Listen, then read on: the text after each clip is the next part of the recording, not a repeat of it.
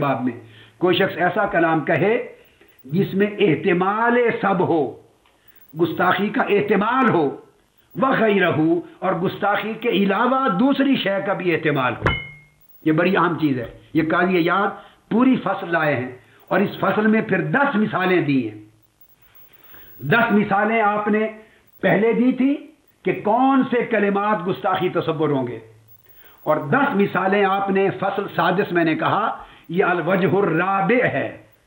الوجہ الرابع۔ آپ اگلی نشست میں جب آئیں گے تو بے شک اس کو پڑھ کے آئیے، نہیں بھی تو یہاں لفظ بلفظ پڑھ لیں گے انشاءاللہ، آپ کو تکلیف زیادہ نہیں دیتا، آپ کی خدمت میں جو کر رہا ہوں۔ تو الوجہ الرابع میں سن لیں، عنوان ہے فی حکم من قال کلاما یحتمل السب وغیرہ، وہ شخص، یہ احانت رسول کا پورا چیپٹر ہے تنقیص رسول کا، جس شخص نے ایسا کلام کہا جس کلام میں 2 احتمال ہوں، 2 پاسبلٹیز اور امکانات پیدا ہوتے ہوں، گستاخی کا احتمال بھی ہو اور غیر گستاخی کا احتمال بھی ہو، یعنی حضور کی گستاخی کا احتمال بھی بن سکے اور حضور علیہ السلام کی گستاخی نہ ہونے کا احتمال بھی بن سکے۔ غیر اسے مراد فاسقانہ کلام ہو سکتا ہے، گمراہانہ کلام ہو سکتا ہے، خطا مخطئانہ کلام ہو سکتا ہے، جاہلانہ کلام ہو سکتا ہے، بےہودہ کلام ہو سکتا ہے، کوئی احتمال ہو سکتا ہے مگر گستاخی کا نہیں جس سے کفر واجب آئے اور قتل واجب آ جائے۔ تو جس میں دونوں طرح کے احتمال ہوں تو قاضی عیاض فرماتے ہیں اس کلام کی بحث، اور اس کو آپ نے فرمایا ان یاتی من الکلام بمجمل، اسے کلام مجمل بھی کہا، اور سرخی میں یحتمل کلام محتمل کہا۔ اب یہ بحث اگلی نشست میں یہاں سے شروع کروں گا کہ جب کلام مجمل ہو کہ ایسی بات کی گئی ہے کہ اس کی اگر تفصیل کریں، اس کی شرح کریں، بحث کریں تو اس میں گستاخی کی طرف بھی امکان احتمال جاتا ہے اور غیر گستاخی کی طرف بھی جاتا ہے، دونوں طرح کے معنی نکل سکتے ہیں۔ تو اس کلام کو کلام مجمل اور کلام محتمل کہتے ہیں۔ تو اب ہم اس سے بحث کو شروع کریں گے، اگر کلام محتمل ہو جس میں کئی احتمال پائے جائیں مختلف معانی کے، بے شک گستاخی کا بھی ایک احتمال ہو مگر غیر گستاخی کا بھی احتمال ہو، اور وہ کلام مجمل ہو تو اس کا حکم کیا ہوگا۔ اور فرماتے ہیں یلفظ من القول بمشکل یمکن حملہ علی النبی او غیرہ ویتردد فی المراد بہ، اس کا معنی بیان کرتے ہیں، یعنی ایسے لفظ اس نے بولے، اس کو قول مشکل بھی کہا، قول مشکل بھی کہا، قول مجمل بھی کہا، قول محتمل بھی کہا، صریح اور صراح کے مقابلے میں ایسے لفظ بولے کہ جس میں امکان ہے، یہ بات آخری جملہ غور سے، حملہ علی النبی صلی اللہ علیہ وآلہ وسلم او غیرہ،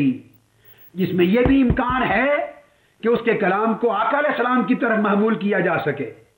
اور یہ بھی امکان ہے کہ آقا علیہ السلام کی طرف معمول نہ کیا جائے، ضیاء الحق کی طرف معمول کیا جا رہا ہو، نواز شریف کی طرف معمول کیا جا رہا ہو۔ جب میں اگلی نشست آئے گی نا، میں اس کے سارے انٹرویو، اس کے زبانی کلامی ایک ایک لفظ میرے پاس پوری فائل ہے۔ ایسے بات نہیں کی میں نے تحقیق کے بغیر، آقا علیہ السلام کی حرمت سے زیادہ کوئی عزیز نہیں ہے ہمیں۔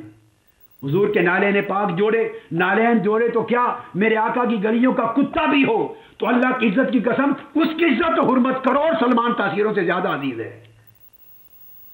شہر مدینہ حضور کے گلی کوچے کے کتے کی عزت اور حرمت بھی محفوظ ہے ہمیں زیادہ دنیا کے لوگوں سے۔ یہ سوال نہیں ہے، سوال یہ ہے کہ جس کس نے کہا کیا۔ اس پر تفصیلی بات اگلی نشست میں کریں گے۔ اتنی بات سمجھانے کے لیے کہ اب اگلی نشست ہم یہاں سے شروع کریں گے کہ وہ اقوال اور کلمات کیا ہیں جنہیں قاضی عیاض نے، ملا علی قاری نے، علامہ خفاجی نے، اور پھر ہم اپنے ائمہ احناف کی کتابوں پر آ جائیں گے۔ کل ائمہ کی کتابیں آپ کے سامنے رکھ دوں گا کھول کر، مثالیں دے دے کر، جس میں وہ کہتے ہیں کہ یہ کلام محتمل ہے، ایک ایسا کلام ہے جس کلام میں صراحت نہیں ہے آقا علیہ السلام کی طرف، اشارہ بھی نہیں، صراحت بھی نہیں، یہ محتمل کلام ہے، مجمل اور مشکل کلام ہے، یعنی اس میں کئی احتمال پائے جاتے ہیں، گستاخی کا احتمال بھی ہو سکتا ہے اور غیر گستاخی کا احتمال بھی ہو سکتا ہے، لہذا اس پر عدم تکفیر کا حکم ہوگا۔ اور پھر آگے حضرت قاضی عیاض فرماتے ہیں کہ ایسے قول میں امکان ہے حملہ علی النبی صلی اللہ علیہ وسلم او غیرہ،